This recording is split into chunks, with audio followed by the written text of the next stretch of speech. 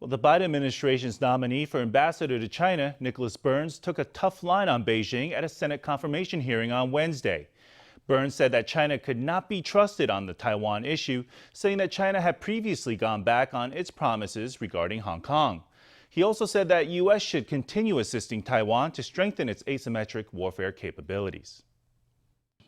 So I don't think we certainly cannot trust the Chinese in this issue. U.S. nominee for ambassador to China, Nicholas Burns, was asked about the Taiwan issue during a confirmation hearing by the U.S. Senate's Foreign Affairs Committee. Burns stated that China could not be trusted and pointed to Hong Kong as a prime example why.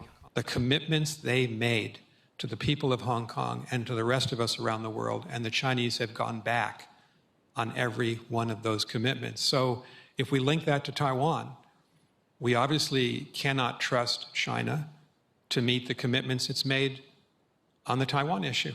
Burns had been present at the Hong Kong handover ceremony in 1997, and since then, he's seen how China went back on its commitments. The nominee further condemned China for its military harassment of Taiwan. He pointed out that China had sent more than 150 military jets into Taiwan's air defense identification zone since October. Burns also stressed that the U.S. must help Taiwan strengthen its asymmetric warfare capabilities. Chinese leaders in recent months has been that they intend to take back Taiwan.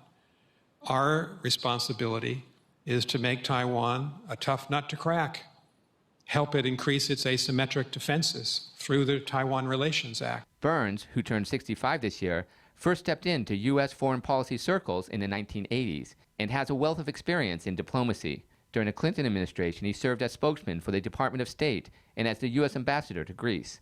During the administration of George W. Bush, he served as U.S. ambassador to NATO and as undersecretary of state for political affairs. Now, with U.S.-China tensions on the rise and with the U.S. ambassadorship to China vacant for a year, Biden has chosen to forgo a political appointment in favor of appointing a career diplomat like Burns. Analysts suggest that this represents the adoption of a cautious policy aimed at building more stability into the U.S.-China relationship. The position of U.S. ambassador to China is extremely important and represents Biden in direct talks with the Chinese.